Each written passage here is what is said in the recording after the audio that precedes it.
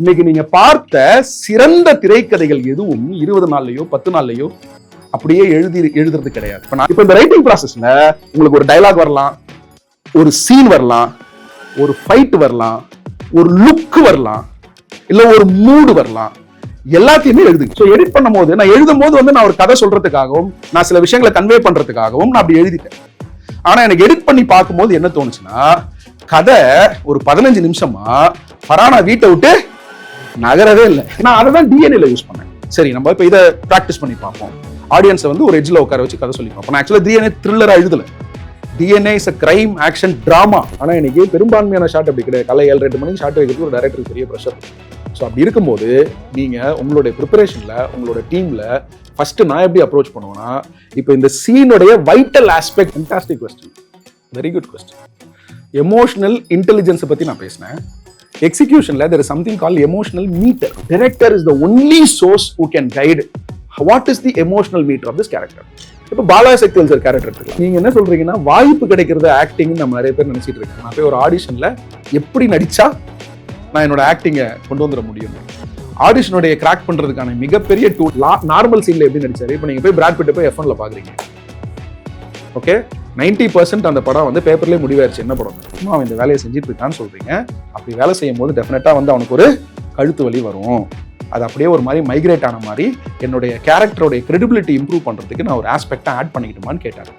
யோசிச்சு பார்த்தேன், கரெக்டாக இருந்தது, வச்சுக்கோங்கன்னு சொல்லிட்டேன். இது அந்த ஆக்டரோட கான்ட்ரிபியூஷன். மணி சார்லேருந்து ஆரம்பிச்சு வெற்றிமாறன் சார்லேருந்து இப்போ எங்கள் டீம் வரைக்கும். So the doors R opening. ஆமாம், எங்கள் சூழ்நிலை மோசமாக தான் இருக்குது, எனக்கு உங்கள் பிரச்சனை புரியுது, என்னால் முடிஞ்ச சொல்யூஷன்.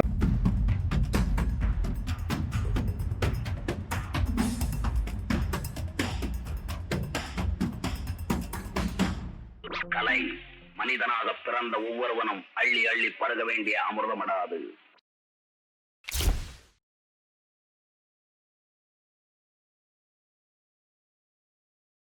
பியூர் சினிமா யூடியூப் சேனலுக்கு நீங்கள் கொடுக்குற பேராதரவுக்கு நன்றி. சினிமா சார்ந்த விஷயங்களை ஒரு லேர்னிங் பர்பஸாக மக்கள் எல்லாருக்கும் கொடுக்குற நோக்கத்தில் இந்த டிஸ்கஷன் எல்லாத்தையும் நம்ம சேனலில் அப்லோட் பண்ணுறோம். இது மட்டும் இல்லாமல் நம்ம சேனலில் இருக்க எல்லா வீடியோஸும் டெக்னிக்கலி யூஸ்ஃபுல்லாகவும் பல பேருக்கு அமைஞ்சிருக்கு. இது தொடர்ந்து உற்சாகமாக செய்கிறதுக்கு உங்களோட சப்போர்ட்டை லைக், ஷேர் அண்ட் சப்ஸ்கிரைப் மூலமாக எங்களுக்கு கொடுங்க. சினிமா கல்வியை ஜனநாயகப்படுத்துகிற நோக்கத்தில் தமிழ் ஸ்டுடியோவோட இந்த முன்னெடுப்பால் பல இயக்குநர்கள், நடிகர்கள், ஒளிப்பதிவாளர்கள் உருவாகியிருக்காங்க. இந்த முன்னெடுப்பு தொடர்ந்து நடக்க பியூர் சினிமாவுக்கு லைக், ஷேர் அண்ட் சப்ஸ்கிரைப் பண்ண மறந்துடாதீங்க. ரைட், இப்போ coming back to screen play பற்றி பேசணும். ரிசர்ச் பற்றி சொன்னேன். ஃபர்ஸ்ட் நான் வந்து உங்களுக்கு கான்ஃப்ளிக்ட் பற்றி சொன்னேன், அப்புறம் வந்து எது கதைன்னு சொன்னோம், இப்போ ரிசர்ச் தேவைன்னு சொன்னோம். இப்போ லெட்ஸ் அஸ்யூம் ஒரு 3 மாசம் நீங்க வந்து அந்த கதையை உங்களுக்குள்ள ஓட விட்டுட்டீங்க. அந்த ஏர்ஜ் உங்களுக்கு அப்படியே இருக்கு. இப்ப நீங்க சொன்னீங்கல்ல, காலையில எழுந்து பார்த்தா எனக்கு வரலன்னு, நீங்க உங்க கூடயே ஒரு சீனையும் கதையும் தங்க விட்டாலே உங்களுக்கு அந்த எனர்ஜி அண்ட் டைம், எழுதுற எனர்ஜி அண்ட் டைம் வேஸ்ட் ஆகும். சேவ் பண்ணலாம். இப்போ நீங்க வந்து எழுதுறதுக்கு தயாராகிட்டீங்கன்னு நம்ம சொல்லுவோமே ஒரு பேச்சுக்கு, ஓரளவுக்கு ரிசர்ச் பண்ணிட்டீங்க, உங்களோட செக் பாயிண்ட்ஸ்லாம் கரெக்டா இருக்கு, அந்த கான்ஃப்ளிக்ட் கரெக்டாக இருக்குது, கேரக்டர் கரெக்டாக இருக்குது, அப்புறம் அதில் நீங்கள் கிரியேட் பண்ணணும்னு நினைக்கிற அந்த யூனிவர்ஸை பற்றி உங்களுக்கு போதுமான விஷயங்கள் தெரிஞ்சிருக்கு. இப்போ நீங்கள் எழுத உட்காடுறீங்க, ஓகேவா? இந்த மூடில் எழுத உட்காடுறோம். இப்போ என்ன சேலஞ்சஸ் நீங்கள் ஃபேஸ் பண்ணியிருக்கீங்க நீங்கள் சொல்லுங்கள். இந்த மாதிரி ஒரு மூடில் எல்லாம் ரெடி ஆகிட்டு உட்காந்துட்டீங்க, என்ன சேலஞ்சஸ் ஃபேஸ் பண்ணியிருக்கீங்க? சார், ஒரு 2 சீன் எழுதினதுக்கப்புறம் எழுத முடியல. Very good. Very good. அப்புறம் பிளாக் ஆயிருது. Very good. அப்புறம் ஃபென்டாஸ்டிக். Very good. இல்ல என் பிரச்சனை எல்லாம் சொல்றீங்க. வேற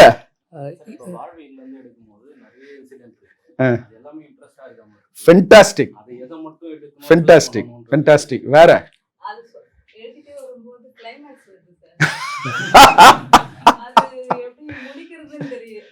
புரியுது புரியுது.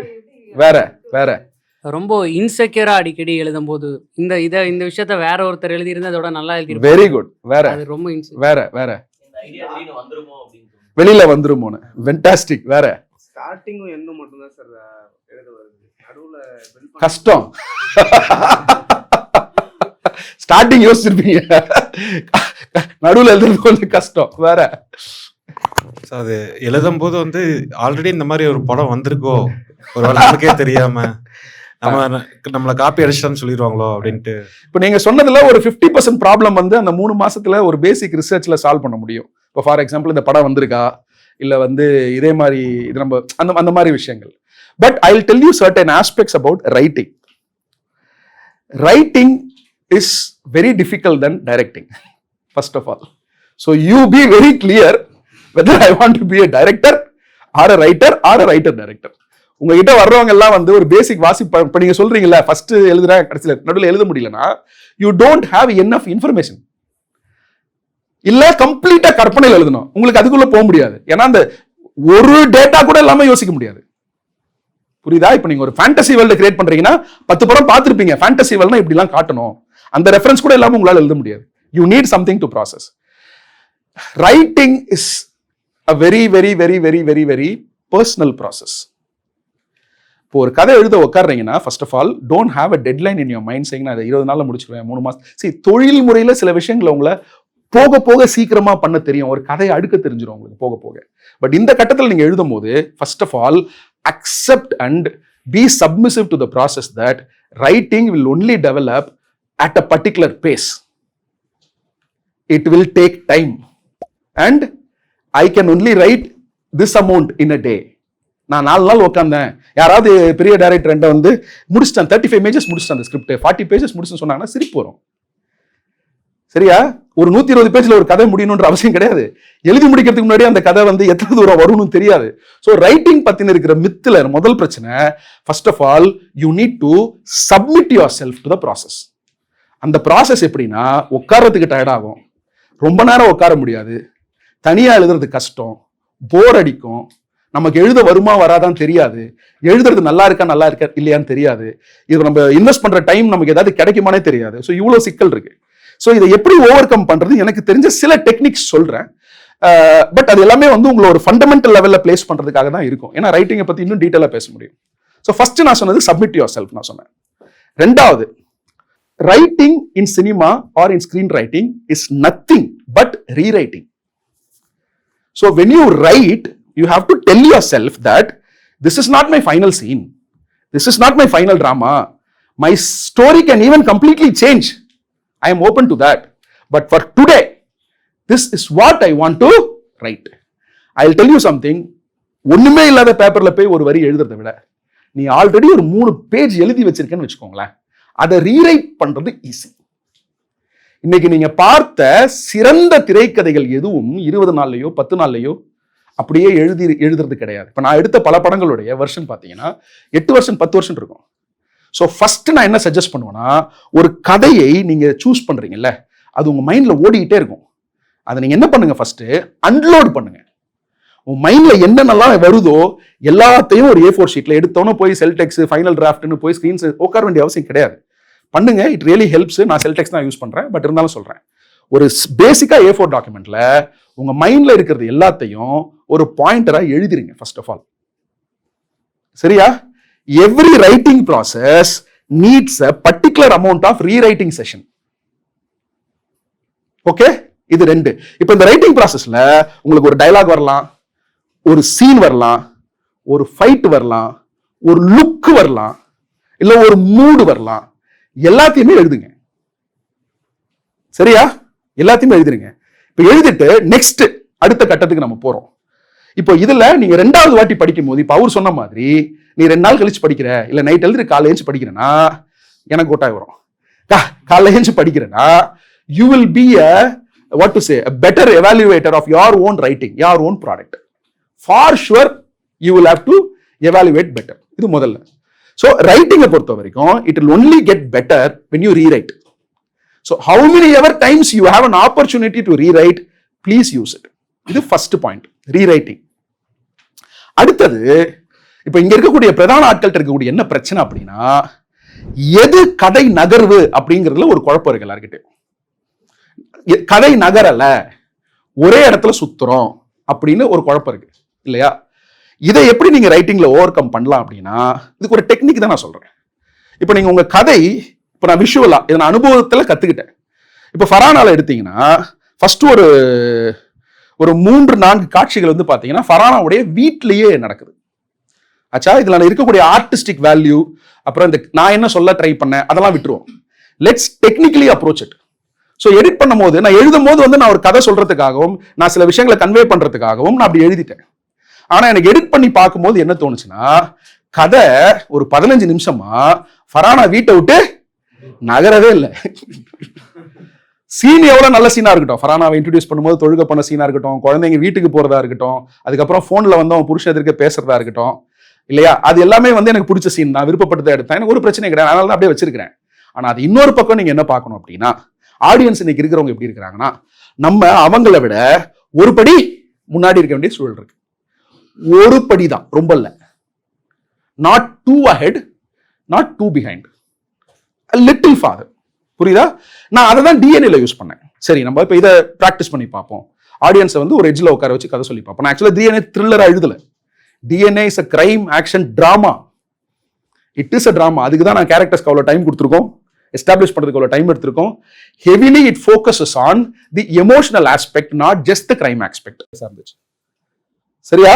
ஸோ என்ன என்ன என்ன பேசுனேன் இப்போ? இதுதான் வந்து இன்னைக்கு ஸ்கிரீன் ரைட்டிங்ல இருக்கக்கூடிய மிகப்பெரிய பிரச்சனை. உங்க கதை சொல்ல வேண்டியதை திரும்ப திரும்ப சொல்லிட்டே இருக்கா, ஒரே இடத்துல இருக்குதா, ஆடியன்ஸோட இன்ட்ரெஸ்டை நீங்க கொண்டு வரணும்னா அந்த கதாபாத்திரம் அந்த இடத்துல இருந்து அடுத்த கட்டத்துக்கு போகணும். அதுல எல்லாமே இருக்கணும். புது இடமா இருக்கணும், அந்த ஜேர்னில ஏதாவது ஒரு புதுசா ஒன்று தேடி போகணும்.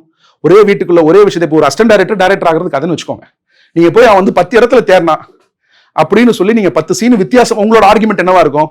இந்த சீன்ல இது யூஸ்ஃபுல், இதுல இருக்க எல்லா விதமான ப்ரொடியூசரையும் நான் காட்டுறேன், ஒரு கதைக்கு போகும்போதும் ஒரு விதமான பிரச்சனையை வந்து நான் சொல்லணும்னு நினைக்கிறேன் அப்படின்னா, இதுல பாதி ஆடியன்ஸ்க்கு ஆல்ரெடி தெரியும். ஸோ நீ அவன் போய் ஒரு 2 இடத்துல கஷ்டப்படுறான்னு காமிச்சாலே போதுமானது. ஸோ கதையுடைய நகர்வு இருக்குதா அப்படின்னு சொல்லி பார்த்துக்கோங்க. அடுத்தது இன்னொரு டெக்னிக்கல் விஷயம் நான் சொல்றேன். சரி, இன்னைக்கு ரொம்ப சிம்பிளா ஒரு விஷயம் சொல்லணும் அப்படின்னா, எத்தனை கோடி வந்து இந்த கமர்ஷியல் படங்கள் வந்து உங்களுடைய பணம் எடுக்கப்பட்டது. இந்த கமர்ஷியல் படம்லாம் வந்து பாத்தீங்கன்னா, எனக்கு தெரிஞ்சு ஓப்பனா சொல்றேன், நிறைய டைரக்டர்ஸ் வந்து இந்த மாதிரி படம் எடுக்கணும்னு அவங்க சினிமாவுக்கு வந்திருப்பாங்களான்னு எனக்கு தெரியல. இப்படிப்பட்ட படம் எடுக்கணும்னு வியாபாரம் அவங்களை அப்படிப்பட்ட ஒரு ப்ராடக்ட் எடுக்கிறதுக்கு சூஸ் பண்ணும். பட் ஒரு கிரியேட்டரா நீங்க எப்படி வரணும்னு நான் நினைக்கிறேன் அப்படின்னா, your emotional sensibilities needs to be strengthened. Emotional maturity, emotional intelligence. நிறைய பேர்கிட்ட எனக்கு இருக்கிற ஸ்கிரிப்ட்ல படிக்கும்போது எனக்கு எப்படி தோணுதுன்னா, இந்த சீன்ல அந்த கேரக்டர் எமோஷனலி கோவமா இருக்கும், கட் பண்ண அடுத்த சீன்ல ஃப்ரெண்ட்ஸோட ஜாலியா பேசின்னு இருப்பான். நீ இதை எடிட் பண்ணி பார்த்தீங்கன்னா படு அபத்தமா இருக்கும். புரியுதா? சோ உங்களுடைய கதையில எமோஷனல் கன்சிஸ்டன்சி இருக்கான்னு பாருங்க, எமோஷனல் இன்டெலிஜென்ஸ் இருக்கான்னு பாருங்க. The more value you give to the emotional sensitivity of a film, the film will be more human. Emotion is not just வந்து ஐயோ பையனை வெட்டிட்டாங்க, ஐயோ அப்பா கஷ்டப்படுறாரு, அப்படி இல்லை. ஒரு மனிதனுடைய வாழ்க்கையில பல ஆஸ்பெக்ட்ல எமோஷன்ஸ் இருக்கு, பல ஆஸ்பெக்ட்ல இருக்கு. நீ அதை எங்கெங்கெல்லாம் கரெக்டா டச் பண்ண முடியுமோ டச் பண்ணேன்னா உன்னோட கண்டென்ட் வந்து ரொம்ப ஒரு எலீட்டான கண்டென்ட்டா வரும். கண்டென்ட்டாவே ஒரு நல்ல பிரீமியமான கண்டென்ட்டா வரும். ஏன்னா எமோஷன் எடுக்கிறது தான் இங்க ரொம்ப கஷ்டம், ரொம்ப கஷ்டம். ஆனா அதுதான் தேவை. எவன் ஒருத்த ஆடியன்ஸுக்கு பக்கத்துல போக முடியும்? என்னுடைய உணர்ச்சியை கடத்தும் போதுதான். நான் அந்த இடத்துல எப்படி ஃபீல் பண்ணேன்? எலிய கொண்டு போய் விட்டுட்டு அஞ்சனம் என்ன ஃபீல் பண்ணாரு? ஒருத்தனை பார்க்கறதுக்காக ஒரு இஸ்லாமிய பெண் 3 குழந்தைகளுக்கு தாயி ஒரு போன்ல பேசணும், ஒருத்தனை பார்க்க கிளம்பி போகும்போது அந்த மூடு எப்படி இருக்கு, அவ எப்படி பயப்பட்டா, என்ன மனநிலையில போனா, புருஷன் பார்த்துட்டான். Everything is emotional. குழந்தை காணோம், ஆனா வீட்டுல ஒரு குழந்தை இருக்கு, அமைதியா இருக்கா. வீட்டுல இருந்த குழந்தையும் போயிருச்சு. அப்ப புருஷன் எப்படி பேசுறா? குழந்தை இருக்கா இல்ல காணா போச்சுன்னு நீ ஏமாத்துறியா? ஏமாத்தினா சொல்லு, நான் தாங்கிக்கிறேன். எமோஷன் இதுதான் உங்களுக்கு கடைசி வரைக்கும் நிற்கும். இத இப்படி நீங்க மவுண்ட் பண்றதுல என்ன அட்வான்டேஜ் இருக்குன்னு நான் சொல்றேன். ஆர்டிஸ்ட் அதை பெட்டரா எமோட் பண்ணுவாங்க. டெக்னிக்கலி பேசணும்னா உங்ககிட்ட தேவையில்லாத கேள்விகள் வராது, எடுக்கிறவங்களுக்கு அதிகமா ரிலேட் பண்ண தெரியும். கொலாபரேட்டிவா அந்த ப்ராசஸே எமோஷன் மேல மவுண்ட் பண்ணும்போது ஒரு படி மேல போகும். ஏன்னா emotions look very very beautiful on screen. Not a fight, not a dance. Emotions look beautiful on screen. Rubber பந்தில் அந்த மாதிரி ஒரு 20 மொமெண்ட் நீங்க என்ஜாய் பண்ணலன்னு சொல்லுங்க, சொல்லுங்க. இப்ப உங்களுக்கு அந்த மேட்ச்ல நடந்த டீடைல் ஞாபகம் இருக்கா, இல்ல அங்க இருக்கிற எமோஷன் ஞாபகம் இருக்கா? as simple as that. சரியா? so we'll wrap with that. Time ரொம்ப கம்மி, நிறைய பேசணும்னு வந்தேன். பட் ஐ தாட் ரொம்ப ஸ்ட்ரக்சர்டா இல்லாம ஒரு ஃப்ளோல போகட்டும்னு சொல்லி எனக்கு தோணதான் பேசினேன். இல்ல ஒரு 10-15 minutes is not a problem. Maybe will take a Q&A session and then we'll wrap. இல்ல இதுக்கு மேல டயர்ட் ஆயிடுவாங்க. நான் வேணா திருப்பி ஒரு நாள் வரேன். இவங்க எல்லாரும் வருவாங்களான்னு தெரியாது. ஸ்பெசிஃபிக்கா ஏதாவது இருந்தாங்கன்னா நம்ம அது ஒரு நான் ப்ரிப்பேர்டா ஒர்க் ஷாப் மாதிரி போர்டு கிட்ட எல்லாம் போட்டு அதுக்கு ரெடியா வரல. பட் நம்ம அப்படி வந்தோம்னா we can't work like this. We have to be in teams. ஒரு half a day ஆச்சும் வேணும். ஸோ தட் இப்போ நம்ம பேசினதெல்லாம் எக்ஸிக்யூட் பண்ணி பார்ப்போம், எழுதி பார்ப்போம் வருதா அப்படின்னு. சரியா? Will try. ஒரு நாள் நம்ம பண்ணலாம். வரீங்களா? சரி, தேங்க்யூ. Q&A போலாம். இப்ப ஒரு நாள் கூத்து படத்துல வந்துட்டு பேர் சொல்லுங்களேன், தெரிஞ்சுக்கிறோம். பிரதீப் சார். சொல்லுங்க பிரதீப். ஸோ ஒரு நாள் கூத்துல வந்து அந்த ஹீரோக்கும் ஹீரோயினுக்கும் ஒரு கான்ஃபிளிக்ட் ஒன்று இருக்கும். ரொம்ப ஒரு தின் லைன் தான். நீங்க என்ன பண்ணீங்கன்னா அந்த ஹீரோயினோட அப்பா வந்து ஹீரோயினை கொலை போட்டுருவாரு. அது வரைக்கும் தெளிவா தான் இருப்பாங்க. கொலை போட்டுருவாரு. அதுக்கப்புறம் தான் அங்க இருந்து கான்ஃபிளிக்ட் ஸ்டார்ட் ஆகும். அது வந்து கொஞ்சம் ஏமாந்தா ரொம்ப தப்பா போயிருக்கும். அது ரொம்ப தின் லைன் தான், சின்ன ஒரு கான்ஃபிளிக்ட் தான். அதை அழகா அப்படியே கொண்டு போனீங்க. அது வெளியிருந்து பார்க்கும்போது என்ன நல்லா தானே போயிட்டு இருக்கு அப்படின்ற மாதிரி ஃபர்ஸ்ட் தோணிட்டு இருந்துச்சு. அது கரெக்டா அவங்க அப்பாவோட அந்த ஆக்ஷனும் அதுக்கேற்ற மாதிரி நல்லா நடிச்சிருந்தாரு. அவரும் கொஞ்சம் சொதப்பி இருந்தாருன்னா கன்வே ஆயிருக்காது. கரெக்டா கன்வே வில்லன் மாதிரி போயிருக்கும். அவர் கரெக்டா அந்த ஒரு ஊம குசும மாதிரி லைட்டா அந்த இது பண்ணி விட்டு. நிவேதா தானே சொல்றீங்க? நிவேதாவோட அப்பா. புரியுது. நிவேதாவோட அப்பா தான் அந்த அந்த ஒரு சின்ன ஆக்டிங், இந்த போன்ல டயலாக் இது பேசுவாங்க. புரிஞ்சு சொல்லு. சோ அது எப்படி நீங்க எழுதும் போது ஒரு தின் லைன் தான். இந்த தின் லைன் வந்து எப்படி இந்த சைடு விழுந்தா இல்ல இந்த சைடு விழுந்தாலும் தப்பா கன்வே ஆயிடும். அப்பா வில்ல மாதிரி போயிடும். புரியுது. இல்ல வந்து பொண்ணு மேல தப்பா கூட போகும். இந்த இடத்துல பொண்ணையும் வந்து தப்பா காட்டாம கரெக்டா இது பண்ணீங்க. இந்த மாதிரி ஒரு சென்சிட்டிவா ஒரு தின் லைனா வரும்போது அதை எப்படி ஹேண்டில் பண்றது, அது ரொம்ப ஒரு பயமா இருக்கும். நம்ம ஸ்கிரிப்ட் எழுதும் போது நம்ம இப்படி போயிருமோ அப்படி போயிருமோன்னு அதை எப்படி பண்றது. அந்த அப்பா கிட்ட வந்து அந்த அப்பாட்ட வந்து இந்த ஆக்டிங் தான் வேணும்னு எப்படி கேட்டு வாங்கினீங்க, அதை எப்படி நீங்க கம்யூனிகேட் பண்ணீங்க அவர்கிட்ட? என்னோட எல்லா படங்களும் பாத்தீங்கன்னா இந்த தின் லைனுக்குள்ள இருக்கிற டிராமா நிறைய இருக்கும். எமோஷனல் வல்னரபிலிட்டி, அப்புறம் சரியா தப்பா, கொஞ்சம் மிஸ் ஆனா சப்பு, கொஞ்சம் பயங்கரமா மிஸ் ஆச்சுன்னா முடிஞ்சு கதை வாழ்க்கையே, அந்த மாதிரி இருக்கும். It is a personal choice for me. நான் பார்த்த இப்போ உங்களுக்கு அட்வைஸ் பண்ண மாதிரி நான் இதே மாதிரி நிறைய கூட்டங்களுக்கு போயிருக்கேன், நிறைய பேரை பார்த்துருக்கேன், நிறைய பேர்கிட்ட பேச நான் படிக்கிறேன். நான் கலெக்டிவாக எனக்குன்னு தேர்ந்தெடுத்த ஒரு சினிமா டெக்னிக்னு சொல்லலாம், இல்லை ஒரு கதை சொல்லல் டெக்னிக்னு சொல்லலாம், இல்லை ஒரு எமோஷனல் சேலஞ்சுன்னு நான் சொல்லலாம். எனக்கு வந்து இந்த மாதிரி கத்தி மேலே நடக்கிற கதைகள் இல்லை கத்தி மேலே நடக்கிற மொமெண்ட்ஸ் வந்து ரொம்ப பிடிக்கும். இப்போது அவர் சொன்ன விஷயம் எப்படின்னா, அந்த படத்தில் அப்பா வந்து ஒரு கன்வென்ஷனலாக அவன் ஏழனோ இல்லை வந்து அவன் வேற ஜாதிலாம் சொல்ல மாட்டார். ஒரு நல்லா படித்த குடும்பம்.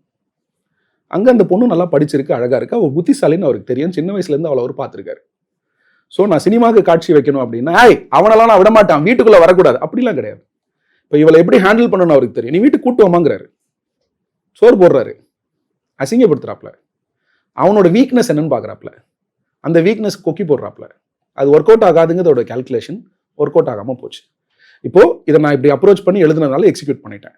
மிஸ் ஆகிறதுக்கு நிறைய வாய்ப்பு இருக்குது, எல்லாமே மிஸ் ஆகிறதுக்கு வாய்ப்பு இருக்குது. சரியா? இப்போ தான் ஃபரானா எடுத்துக்கோங்க, கத்தி மேல் நடக்கிறது தான் கதை. கொஞ்சம் மிஸ் ஆச்சுன்னா அவளுக்கு என்ன பட்டம் கொடுத்துருப்பாங்கன்னு எல்லாருக்கும் தெரியும். இப்போவுமே மனித உளவியல் பல பேர்கிட்ட என்கிட்ட பேசும்போது இவ கூப்பிட்டு தானே அவர் வந்தாரு அப்படின்னு பல பேர் எனக்கு விமர்சனம் சொல்லுவாங்க. நாங்கள் அதுக்கு அந்த படத்தில் ஒரு தீர்வு சொல்கிறோம். ஆமாம், 2 பேரும் பேசினாங்க தான், சந்திக்கணும்னு முடிவெடுத்தாங்க தான். ஆனால் எப்போ இந்த பொண்ணு வந்து இது தனக்கு சரிப்பட்டு வராது, இது வேணாம் அப்படின்னு பயத்தில் ஒரு முடிவு எடுக்கிறாளோ, அப்போ அந்த பக்கம் இருக்கிறவன் அதை மதிக்கணும் அப்படின்னு நம்ம சொல்கிறோம். அதை டிஸ்கவுண்ட் பண்ணிட்டு நீங்கள் பார்த்தீங்க அப்படின்னா இது கம்ப்ளீட்டாக வேற மாதிரி தெரியும். ஸோ இந்த மாதிரி சென்சிட்டிவ் போர்ட்ரேயல், ஆன் த எட்ஜில் இருக்கிற போர்ட்ரேயல் அப்படிங்கிறது என்னுடைய பர்சனல் அப்ரோச்சாக பார்க்குறேன். ஐ டோன்ட் நோ எனக்கு அந்த ஸ்ட்ரென்த் இருக்குதா இல்லையாங்கிறது பார்க்குறவங்க தான் சொல்லணும். பட் எனக்கு அதை எக்ஸ்ப்ளாய்ட் பண்ணுறதும் அதை ட்ரீட் பண்ணுறதும் எனக்கு ரொம்ப பிடிக்கும். கஷ்டமானு கேட்டிங்கன்னா கஷ்டம்தான், ரொம்ப கஷ்டம். ஏன்னா ஒரு நாளைக்கு உங்கள் ஷூட்டிங்கில் everything can go wrong. Costume இருக்காது, ஆர்ட் டிபார்ட்மெண்ட்டில் ஒரு சொதப்பல் நடக்க வாய்ப்பு இருக்குது, ஜூனியர் ஆர்டிஸ்ட் கரெக்டான டைமுக்கு வரமாட்டாங்க, ஒருவேளை ஆர்டிஸ்ட்டுக்கே எனக்கு வேறு மூடில் இருக்கலாம். ஸோ நீங்கள் ஒரு பேப்பர் எடுத்துகிட்டு நீங்கள் ஒரு சீன் பேப்பர் எடுத்து ஷூட் பண்ண போகிறீங்க அப்படின்னா, உங்களுக்கு என்னோட மைண்ட் செட்டு நான் அப்படி தான் அனுபவிச்சிருக்கேன், பார்த்துருக்கேன். நல்லா நடக்கும், பாசிட்டிவாலாம் பேசுறது ஓகே, பிரச்சனை கிடையாது. அது வந்து பெரிய பெரிய ஒர்க் பண்ணீங்களா, வந்தீங்களா? நைஸ். ஸோ இப்போ வாங்க, இப்போ கோடி கணக்கில் வந்து படம் போட்டு எடுக்கிறவங்களுடைய லக்ஸுரி வேற. பெரிய கேராவேன்களும் காலைல 9 மணிக்கு ஃபர்ஸ்ட் ஷாட் வச்சா போதும்னு இருக்கும். ஆனால் இன்னைக்கு பெரும்பான்மையான ஷாட் அப்படி கிடையாது. காலைல 7-8 மணிக்கு ஷாட் வைக்கிறதுக்கு ஒரு டைரக்டருக்கு பெரிய ப்ரெஷர் இருக்கும். ஸோ அப்படி இருக்கும்போது நீங்கள் உங்களுடைய ப்ரிப்பரேஷனில் உங்களோட டீமில் ஃபர்ஸ்ட் நான் எப்படி அப்ரோச் பண்ணுவேன்னா, இப்போ இந்த சீனுடைய வைட்டல் ஆஸ்பெக்ட் எதுவோ அதில் ரொம்ப ரொம்ப ரொம்ப கேர்ஃபுல்லாக இருப்பேன். எவ்வளோ டைம் வேணாலும் எடுத்துப்பேன். அதை நான் ஜட்ஜ் பண்ணணும். ஓகே, இந்த சீனில் இதை கரெக்டாக சொல்லலைன்னா இது கன்வே ஆகாது. அது ஒரு ஷார்ட்டாக இருக்கலாம், அதில் ஒரு பெர்ஃபார்மன்ஸாக இருக்கலாம், இல்லை அதில் ஒரு டைலாக்காக இருக்கலாம், என்னவா வேணா இருக்கலாம். ஸோ வைட்டல் ஆஸ்பெக்டுக்கு நீங்கள் அதிகமான நேரம் செலவழித்து நீங்கள் நினைச்சதை எடுத்தே ஆகணும். அப்போதான் ஒர்க் ஆகும். இல்லையா, ஓகே, இது வந்து நமக்கு எடிட்ல தாங்குமான்னு தெரியாது, இது இல்லைனாலும் இந்த சீன் நிற்கும், இது வந்து அவ்வளவு முக்கியம் இல்லை, சூழலை பொறுத்து, கதைக்கு எல்லாமே தான் முக்கியம், அன்னைக்கு தேதிக்கு அவ்வளவு முக்கியம் இல்லை அப்படின்னு ஒரு முடிவு எடுத்தீங்கன்னா அப்போ நீங்கள் அதுக்கு மேபி போதுமான நேரத்தையும் உழைப்பையும் கம்மியாக செலவு பண்ணுற மாதிரி இருக்கும். இது எல்லாருக்கும் இதான் சட்டம்.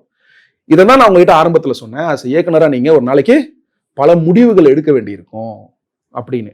இப்போ இந்த முடிவை எடுக்கிறதுக்கான தெளிவும் பார்வையும் உங்களுக்கு எங்கிருந்து வரும்?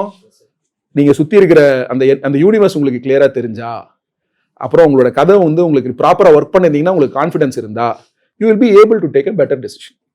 ஸோ அதனால வந்து ஆன் த எட்ஜில் இருக்கிறதோடைய ஆடியன்ஸ் கிட்ட இருக்கக்கூடிய பிரச்சனை, ஐ மீன் ஒரு அட்வான்டேஜ் என்னன்னா, நம்ம ஒரு விஷயத்த சுவாரஸ்யப்படுத்துறோம்னு சொல்றோம்ல, ஆன் த எட்ஜில் இருக்கிறதுல நேச்சுரலாகவே ஒரு சுவாரஸ்யம் இருக்கு. அதில் ஒரு டெமாட்டிக் ஸ்பேஸ் இருக்கு. அதை எக்ஸ்ப்ளாய்ட் பண்ணணும்னு நான் விரும்புவேன். என்னோட எல்லா படங்கள்லையும் அது இருக்கும். இப்போ எமோஷன் நம்ம எழுதும்போது ஒரு இன்டென்சிட்டி லெவல் இருக்கும். அதை நான் ஷூட் பண்ணும்போது அங்கே இருக்க சரௌண்டிங் அட்மாஸ்பியர் இன்ஃப்ளூயன்ஸ் பண்ணும். அப்போ எமோஷன் அந்த இடத்துல நான் ஆக்டர் கிட்ட சொல்லும்போது அந்த ஆக்டர் ரொம்ப நல்லாவே பெர்ஃபார்ம் பண்ணியிருப்பாங்க, நான் அந்த ஆக்டர் பெர்ஃபார்ம் பண்ணியிருக்காங்கன்னு ஓகே சொல்லியிருப்பேன். ஆனால் என் கதைக்கு இந்த இன்டென்சிட்டி லெவல் தேவையில்லைங்கிற ஒரு இது இருக்குது. இதுக்கப்புறம் நம்ம எடிட் பேட்டர்ன் வந்தால் எடிட் பேட்டர்ன் அந்த எமோஷனை டிட்டர்மின் பண்ணுது. மியூசிக் சூப்பராக போட்டிருப்பாங்க, என் கதைக்கு அவ்வளோ தேவையில்லையாங்கிற ஒரு இது வருது. அப்போ எனக்கு என்னன்னா, எமோஷனுங்கிறது விஷுவலாக பார்க்க போகிறது கிடையாது, அது உணர்றது தான். ஸோ நான் எழுதும்போது இருந்த எமோஷன் தான் வந்துட்டு இருக்கா வரலையாங்கிற ஜட்ஜ்மெண்டல் ரொம்ப குழப்பமாக இருக்கு. Fantastic question, very good question. Emotional இன்டெலிஜென்ஸை பற்றி நான் பேசினேன். எக்ஸிக்யூஷனில் there is something called emotional meter. இப்போ ஒரு நாள் கூத்து பார்த்துட்டு வசந்தபாலன் சார் எனக்கு ஒரு வாட்டி நேரில் பேசும்போது சொன்னார், கொஞ்சம் மிஸ் ஆன அந்த படம் சீரியலாக இருக்கும். அப்போ நீங்கள் அந்த எமோஷனை கரெக்டான செக் மேனேஜ் பண்ணியிருந்தீங்க. இப்போ ஃபரானாவை எடுத்துக்கலாம், ஏன் இப்போ ஆனந்த் திவ்யா எடுத்துக்கலாம், ஃபென்டாஸ்டிக் எக்ஸாம்பிள். திவ்யா அவங்களோட நடிப்பை, திமிஷா அவங்களோட நடிப்பை ஒரு 5-10% தவறாக செய்திருந்தாங்கன்னா அந்த பொண்ணு பைத்தியம்னு சொல்லியிருப்பாங்க எல்லாரும். நிறைய படங்கள்ல இந்த மாதிரி கேரக்டர்ஸ் அட்டம் பண்ணாங்க. எனக்கு தெரிஞ்சு இதுக்கு முன்னாடி வந்து 2-3 படங்களில் ஒர்க் ஆகலை. ஆர்டிஸ்ட் ப்ளஸ் அதோட ரைட்டிங் ரீசனாக இருந்துச்சு. பட் இதில் ஒர்க் ஆனதுக்கான காரணம் அதுக்கு ப்ராப்பராக ஓரளவுக்கு பிளெண்ட் ஆனதை நான் ஃபீல் பண்ணேன். நான் எழுதுனதை என்னோட ஆர்டிஸ்ட் வந்து நல்லா புரிஞ்சுக்கிட்டாங்க, நல்லா உள்வாங்கிக்கிட்டாங்க. அதை அவங்க ப்ரிசைஸாக துல்லியமாக ஒரு வாட்டியும் டெலிவர் பண்ணாங்க. ஸோ இதில் நான் எமோஷனல் மீட்டருங்கிற ஒரு விஷயத்தை நான் உங்களுக்கு சொல்ல விரும்புகிறேன். இப்போ ஒரு சாவு நடந்தால் அங்கே வந்து நம்ம பயங்கரமாக மோளம் அடித்து கொண்டாடுற ஒரு சோக எமோஷனை பார்த்துருக்கோம். இப்போ அதே சாவை பார்த்தீங்கன்னா ஒரு பேண்டு வாத்தியத்தோட ரொம்ப டீசெண்டாக ப்ரெசென்ட் பண்ணக்கூடிய சாவையும் பார்த்துருக்கோம். இப்போ இன்னொரு வீட்டில் பார்த்தீங்கன்னா அப்படியே அமைதியாகவே இருக்கும், நாங்கள் அடிச்சுக்கிட்டுலாம் அழமாட்டோம், எங்கள் வீட்டில் வந்து டெத் இப்படி தான். 3மே எமோஷன் தான். உனக்கு இதில் என்ன எமோஷன் வேணும்? As simple as that. இப்போ என்கிட்ட நிறைய பேர் வந்து இப்போ டிஎன்ஏ எடுத்துப்போம் ஒரு பேச்சுக்கு. படத்தோடைய ஆரம்பத்திலிருந்து கிளைமேக்ஸ் வர்ற வரைக்கும் அதோட எமோஷனல் மீட்டர் வந்து வேற. கிளைமேக்ஸ்ல அதோட எமோஷனல் மீட்டர் ஒரு படி ஹெவிலி டிராமாட்டிக்கா இருக்கும். உங்களுக்கு அந்த ஷிஃப்ட் தெரிஞ்சது இல்ல, சேஞ்ச் தெரிஞ்சது இல்ல, that is what we're exactly talking about. இப்போ நீங்க ஒரு கதையை பிரசன்ட் பண்ணும்போது you have to fix about what is the emotional meter of that film. சிரிச்சாங்கன்னா எவ்வளவு, பிரைமர்லி உங்களுடைய இம்பார்ட்டன்ட் ப்ரோட்டகானிஸ்ட் யாருக்கு அதிகமான ஸ்க்ரீன் பிளேசஸ் இருக்கும், அவங்க எவ்வளோ லவுடாக சிரிப்பாங்க, எவ்வளோ கம்மியாக சிரிப்பாங்க, அவங்களோட எக்ஸ்ட்ரீம் கோவம் எவ்வளோ இருக்கும், கம்மியான கோவம் எவ்வளோ இருக்கும். அழுதாங்கன்னா இந்த கேரக்டர் எப்படி அழும்? சோகமாக இருந்தான், கண்களிலிருந்து தண்ணீர் வந்தது, அழுது கொண்டே இருக்கிறான். ஓகே, இதை 20 விதமா எடுக்க முடியும் இல்லையா? அட்லீஸ்ட் நான் சொல்றேன். ஸோ இப்போ எதுக்கு நம்ம இதை டீட்டெயிலாக சொல்றேன்னா, as a director and you're also writer, right? You have to be extremely clear about what is the emotional meter. இதுல கமர்ஷியல் சினிமாக்குன்னு ஒரு டெம்ப்ளேட் இருக்கு, கமர்ஷியல் ஃபார்முலா, கமர்ஷியல் சினிமாக்குன்னு ஒரு டெம்ப்ளேட் இருக்கு, ஒரு ஸ்டாம்ப் இருக்கு. அது பாத்தீங்கன்னா அது டெம்ப்ளேட்டா தான் இருக்கும். எல்லாருமே ஒரே அளவுல சிரிப்பாங்க, அழும்போது ஒரே அளவுல அழுவாங்க, கிண்டல் பண்றது ஒரே லெவல்ல இருக்கும், அந்த லவுட்னஸ்லாம் ஒரே மாதிரி இருக்கும். அது ஒரு டெம்ப்ளேட்டா, ஒரு ப்ரோட்டோடைப்பா ரெடி பண்ணி வச்சிருக்காங்க ஸ்டாண்டர்டா. Whereas when you have a story to tell, when you have a universe that you have created, a premise that you have created, when you have more characters which are more grounded and rooted and unique, the director is the only source who can guide what is the emotional meter of this character. இப்போ பாலாசக்திவேல் sir character எடுத்துக்கலாம். இந்த படத்துல ஐயோ இவ்வளோ கஷ்டப்படுது இந்த குழந்தை இல்லாம, அவர் பயங்கரமா உட்கார்ந்து வெளிப்படையா அவருடைய வருத்தத்தை பதிவே பண்ண மாட்டாரு. ஏன்?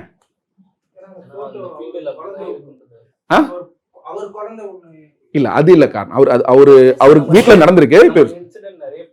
அவரு ரிட்டையர் ஆக போற ஒரு எஸ்ஐ, டெய்லி 1008 கேஸ் பார்ப்பாங்க.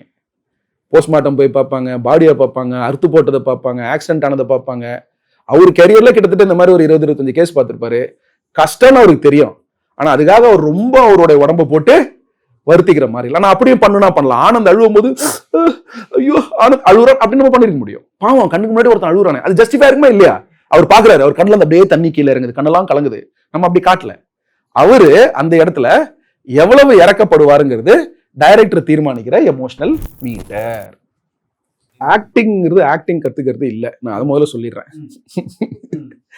Acting happens in your mind. Okay, so நீங்க என்ன சொல்றீங்கன்னா வாய்ப்பு கிடைக்கிறது ஆக்டிங்னு நம்ம நிறைய பேர் நினைச்சிட்டு இருக்காங்க. நான் போய் ஒரு ஆடிஷன்ல எப்படி நடிச்சா நான் என்னோட ஆக்டிங்கை கொண்டு வந்துட முடியும்னு. ஆடிஷனுடைய கிராக் பண்றதுக்கான மிகப்பெரிய டூலே கான்ஃபிடன்ஸ் தான். நாங்கள் கேமராவில் பார்க்கும்போது நீங்கள் எவ்வளோ கான்ஃபிடென்ட்டாக பண்ணுறீங்கிறத எனக்கு ஹிட் ஆகும். அது ஒன்று. ரெண்டாவது, you are being a little more intelligent about அந்த கேரக்டரை கொடுத்ததும் ஒரு வசனத்தை பார்த்ததும் டகார்னு போய் அதை போய் 2 நிமிஷத்தில் ரெடி சார்னு வசனத்தை பேசுறதுக்கு பதிலாக உண்மையிலேயே வந்து வேற மூலம் என்ன பண்ணுவான்னா ஒரு 10-15 நிமிஷம் அதை எடுத்துப்பான். அந்த சீனுடைய கிராவிட்டியை நீ உள்வாங்க. அதில் எழுதியிருக்கிறது எல்லாரும் அப்படி எழுதி கொடுப்பாங்களான்னு எனக்கு தெரியல. பட் அட்லீஸ்ட் உங்ககிட்ட கொடுக்கறதுல நீ டபார்னு போய் பெர்ஃபார்ம் பண்ணாம if you take a little more time and process it in your mind better, you will be able to deliver. So இது என்னுடைய ஃபிலாசபி ஆஃப் ஆக்டிங். இப்போ இதுக்கு டெக்னிக்ஸ் இருக்கு, பழைய டெக்னிக்ஸ் இருக்கு, நிறைய இருக்கு. கண்ணாடி முன்னாடி நடிச்சு பேசலாம். இப்போ பண்றாங்கல்ல, ஆல்ரெடி நடிச்ச சீனை நீங்க திரும்பவும் நடிச்சு பேசலாம். டிராமா நிறைய பார்ட்டிசிபேட் பண்ணலாம். நிறைய படம் பார்க்கலாம், ஆக்டிங் ஸ்பெசிஃபிக் படம் பார்க்கலாம். பார்த்துட்டு அந்த ஆக்டர் நீங்க ஒரு நோட் ப்ரிப்பேர் பண்ணணும்.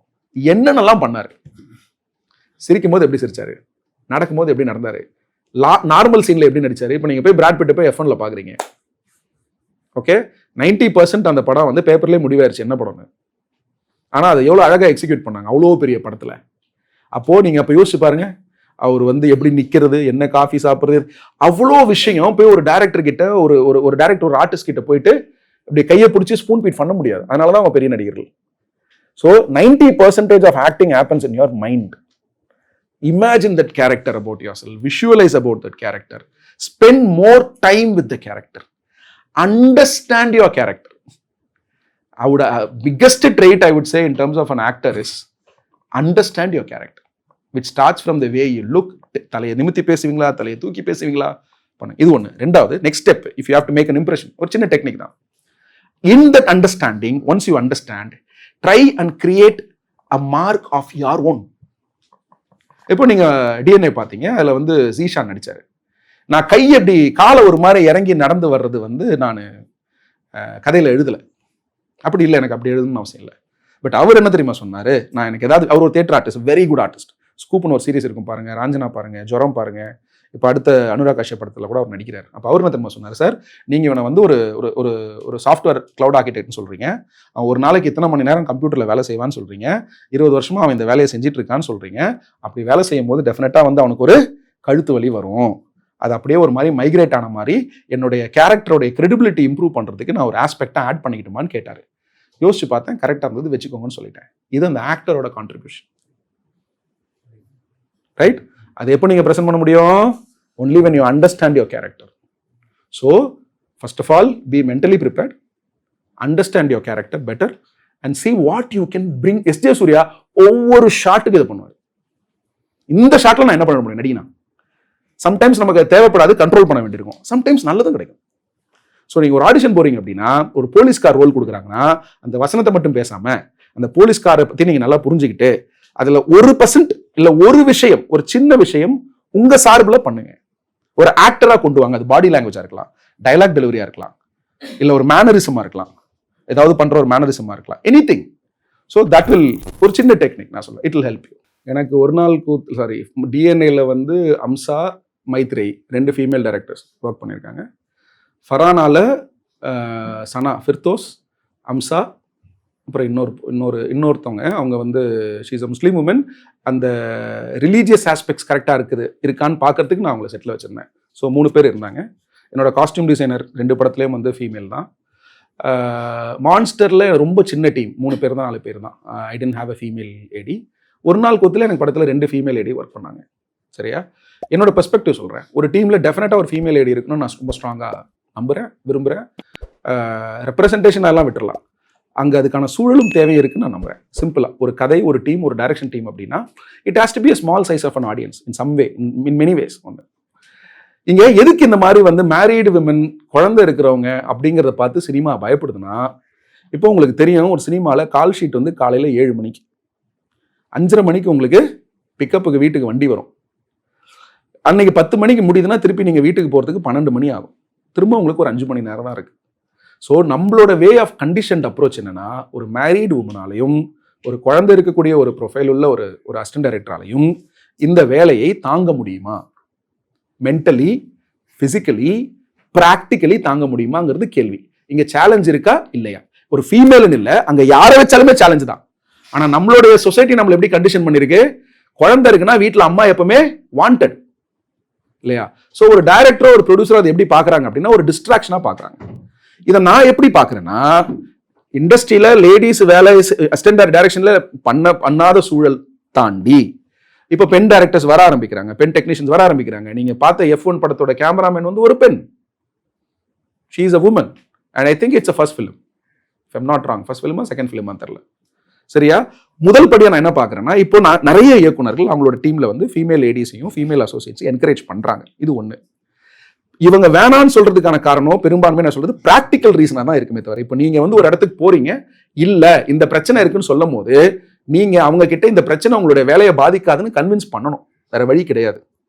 அப்படி கன்வின்ஸ் ஆகல அப்படின்னா ஆளைதான் மாத்தணுமே தவிர நீங்க வேற ஒன்றும் பண்ண முடியாது. இல்ல இப்ப என் படங்கள்ல வந்து பாத்தீங்கன்னா குடும்பமா இருக்கிறவங்களும் குழந்தைகள் இருக்கிறவங்களும் வேலை செய்யறாங்க.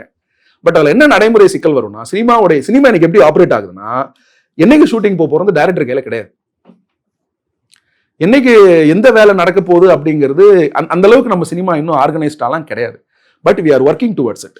இப்போ ஒருவேளை நம்ம இன்னும் கொஞ்சம் ஒரு ஆர்கனைஸ் செட்டப்குள்ள போனோம்னா இந்த மாதிரியான விஷயங்கள்லாம் ஈஸ் அவுட் பண்ண முடியும். ஆக்சுவலா இதுல என்ன நியாயமற்ற தன்மை ஒண்ணுன்னா, ஒரு வீட்டுல ஒரு கல்யாணமான பெண்ணுக்கு குழந்தைங்கிறது ஒரு ஆஸ்பெக்ட்னா, ஆக்சுவலா அந்த டீம்ல வேலை செய்யற எல்லாருக்கும் வேற வேற பிரச்சனைகள் இருக்கலாம். இப்போ ஒருத்தருக்கு வந்து அவங்க அம்மா உடம்பு சரியில்லாம இருக்கலாம், இப்போ ஒருத்தருக்கு வந்து வீட்டுல தனியா இருக்கலாம், இப்போ இன்னொருத்தர் வந்து ஒரு சிங்கிள் பேரண்டா இருக்கலாம். ஆனா அதெல்லாம் அவங்க பெருசா பேச மாட்டாங்க. ஒரு ஃபீமேல் டேலண்ட் வந்து அவங்க ஒரு டைரக்ஷன் டீம்ல வரும்பொழுது இது முதல் பிரச்சனை. இன்னொரு பிரச்சனை என்னன்னா, இப்போ இவங்க பெரும்பான்மையான அசிஸ்டன்ட் டைரக்டர் வண்டி எல்லாம் கொடுக்கறது கிடையாது. இப்போ ஒரு பசங்களா இருக்கிறாங்கன்னா அவங்ககிட்ட ஒரு பைக் இருக்கும், நைட்டு 12 மணிக்கு 1 மணிக்கு வேலையை முடிச்சுட்டு அவன் அந்த பைக்ல வீட்டுக்கு அனுப்புறதுக்கு இவங்களுக்கு கம்ஃபர்டபுளா இருக்கும். வேற ஒரு ஃபீமேல் டேலண்ட்டை எம்ப்ளாய் பண்ணும்போது அதை சொல்ல முடியாது, சொல்லவும் கூடாது, பசங்களே கூடாதுங்கிறேன் நான். ஒரு அசிஸ்டன்ட் டைரக்டர் நைட்டு 12:30 மணிக்கு முடிச்சுட்டு பைக்ல 2 மணி நேரம் போறான், வழியில் அவனுக்கு ஏதாவது ஆச்சுன்னா அந்த இயக்குனரோ அந்த ப்ரொடியூசரோ என்ன பண்ற முடியும்? முதல்ல எல்லா அசிஸ்டன்ட் டைரக்டருக்கும் இன்சூரன்ஸ் போடுங்கன்னு சொல்லிட்டு இருக்கேன் நான். தேவைப்படுற சூழல்ல அவங்களை வீட்டுல போய் தான் கம்பெனி டிராப் பண்ணும். ஒரு கார் வச்சோம்னா 3000 4000 தான் வாடகை. அந்த அசிஸ்டன்ட் டைரக்டர் நைட்டு 12 மணிக்கு அந்த தூக்கத்துல ஓட்டிட்டு போறதை விட அந்த 4000 அந்த சினிமால வந்து 10 ஒரு சாதாரண காசு. ஸோ அதை நான் பர்சனலா புஷ் பண்ணிட்டு இருக்கேன். என்னோட டீம்ல முடிஞ்ச அளவுக்கு அதை நான் வைக்கிறேன். இல்ல இதை மீறி நம்ம பசங்க இருக்காங்கல்ல, நைட்டு 12 மணிக்கு போனா ஜாலியா இருக்கும் சார் அப்படின்னு வாங்க. ஸோ அது வந்து இந்த பக்கமா அந்த பக்கமா பிரச்சனை. இப்போ ஒரு ஃபீமேல் டேலண்ட் கிட்ட அதை சொல்ல முடியாது. அவங்களுக்கு வண்டி வச்சு கொடுக்கணும், வீட்டுக்கு போயிட்டாங்களான்னு பார்க்கணும். ஸோ இந்த நம்மளுடைய சொசைட்டல் கண்டிஷன்ஸ் வந்து இந்த மாதிரி அடிஷ்னல் பேர்டன் நமக்கு கொடுத்துருக்கு. ஸோ அதுல ஒரு தடையா தான் பார்க்குறேன். பட் அதுல வெல்கமிங் திங் என்னன்னா, நானும் சரி, என்னை சுற்றி இருக்கக்கூடிய ஒரு 20-30 இயக்குனர்களும் சரி, அவங்களுடைய டீம்ல ஓரளவுக்கு நீங்களும் கேள்விப்பட்டிருப்பீங்க, நிறைய ஃபீமேல் டேலண்ட்ஸ் வந்து ஒர்க் பண்றாங்க. அது மணி சார்லேருந்து ஆரம்பிச்சு வெற்றிமாறன் சார்லேருந்து இப்போ எங்கள் டீம் வரைக்கும். So the doors R opening. ஆமா, இங்க சூழ்நிலை மோசமா தான் இருக்கு, எனக்கு உங்க பிரச்சனை புரியுது, என்னால முடிஞ்ச சொல்யூஷனை நான் செஞ்சுக்கிட்டு இருக்கேன், என்னை சுத்தி இருக்கிறவங்களும் செய்யறாங்க. You don't give up. ஆக்சுவலா அது ஒரு பிரச்சனை இல்லை. You don't give up. ஏன்னா நீங்க கான்ஃபிடென்ட், இப்போ என்கிட்ட பேசுறீங்களா அதே மாதிரி இப்போ இன்னொருத்தகிட்ட நீங்க கான்ஃபிடென்ட்டா பேசிங்கன்னா நிச்சயமா வாய்ப்பு கொடுப்பாங்க. ஆனா என்ன பிரச்சனைனா அவங்க கிட்ட போயிட்டு நான் அந்த மாதிரி வந்து ஒரு 4 நாள் 10 நாள் கழிச்சு என் குழந்தைக்கு உடம்பு சரியில்லை நான் போகணும்னு சொல்ற சூழல் வந்துருச்சுன்னா உங்களுக்கு தர்ம சங்கடம், அவங்களுக்கு தர்ம சங்கடம். ஸோ இந்த ப்ராக்டிகாலிட்டி தான் பிரச்சனையை நான் பாக்குறேனே தவிர வேற ஒரு பெரிய சேலஞ்ச் இருக்குன்னு நான் பார்க்கல. அடுத்து வரக்கூடிய சூழல்ல when the filmmaking environment will it's getting safer and safer. Camera வரதுக்கு முன்னாடி இந்த சூழ்நிலை கேமரா வந்ததுக்கு அப்புறம் இல்லை. ஸோ அதுக்கப்புறம் தான் நிறைய women are more comfortable in participating. So it is getting safer and safer தான் நான் சொல்லுவேன். ஸோ இந்த பிரச்சனை சீக்கிரம் சால்வ் ஆயிடுன்னு நான் சொல்லுவேன். சரிங்களா? All the best. கிளாஸ் கோசிங். இப்போ ஒரு கண்டென்ட் எழுதிட்டேன் சார். ஓகே. எழுதிட்ட பிறகு நான் அது என்னுடைய எண்ணங்கள்ல இருக்கிற விஷயத்தை எல்லாத்தையுமே எழுதிட்டேன். இப்போ 2 மணி நேரத்துக்குள்ள நான் அதை அடக்கணும். ஒரு டைரக்டருக்கா இப்போ நான் என்னுடைய ப்ராஜெக்ட் பண்றேன், இப்போ டைரக்டரா நான் மாறிடுறேன். இப்போ அந்த டைம்ல இந்தந்த சீனை தான் நான் வைக்கணும் அப்படின்னு அதை நம்ம டிசிஷன் மேக்கிங் பண்ண முடியுமா? சரி. அது எப்படி நம்ம ஆர்டர் நடுவில் பேசும்போது ஒரு முக்கியமான பாயிண்ட் சொல்ல மறந்துட்டேன். இப்போ ஒரு லைஃப் ஒரு கதை இருக்கு, உட்காருக்குறேன்.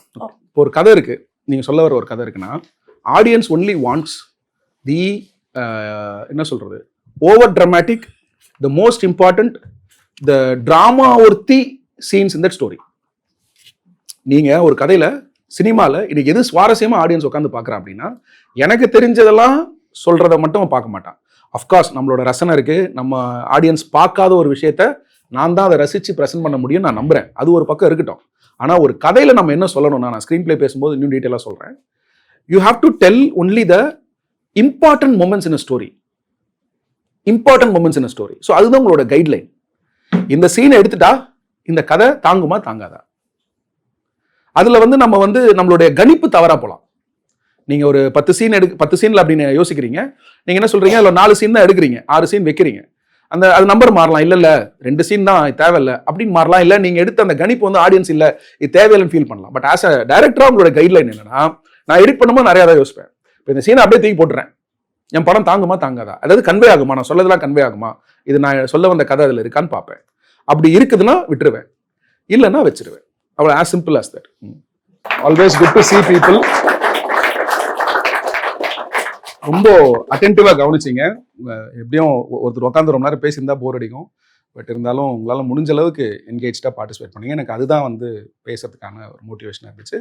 ஸோ என்றைக்குமே I would like to strengthen Arun's hands and come here and do whatever he ஆஸ் for the film community. So all the best. மறக்காம சப்ஸ்கிரைப் பண்ணிடுங்க.